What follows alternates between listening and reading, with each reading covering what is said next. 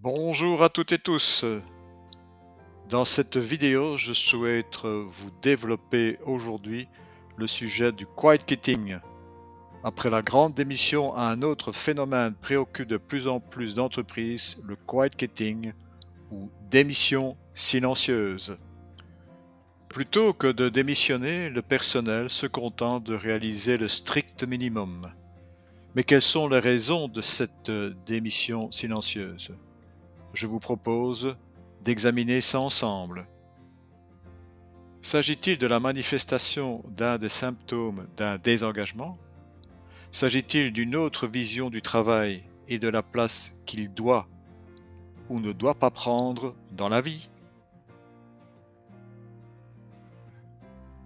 À ces deux raisons, on peut ajouter le fait qu'aujourd'hui, certains éléments de la vie sont devenus plus prépondérants, plus prioritaires, c'est-à-dire le bien-être, la bonne santé physique et mentale, le besoin d'être plus proche de sa famille, d'avoir une vie privée et professionnelle équilibrée.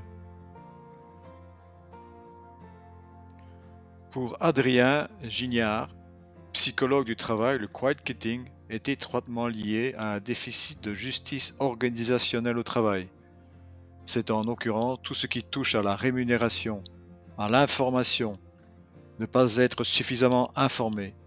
C'est aussi les phénomènes discriminatoires entre personnes, des décisions prises sans dialogue possible.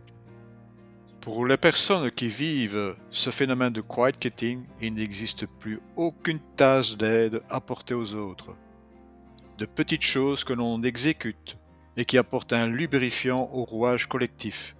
Des comportements que l'on qualifie de prosociaux. Pour les personnes concernées par le quiet quitting, il n'y a pas de départ immédiat, car elles sont retenues par l'aspect financier. Mais il n'y a rien d'affectif qui retient la personne.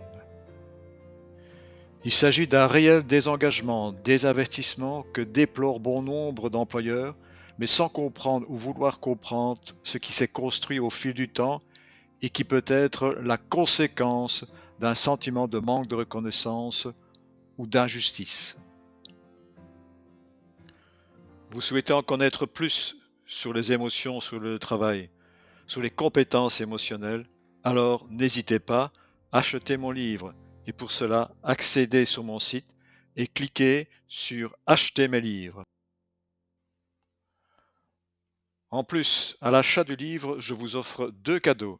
Le premier, la possibilité de tester vos compétences émotionnelles et l'autre, 2 heures de coaching et tout ça pour une valeur de 120 €.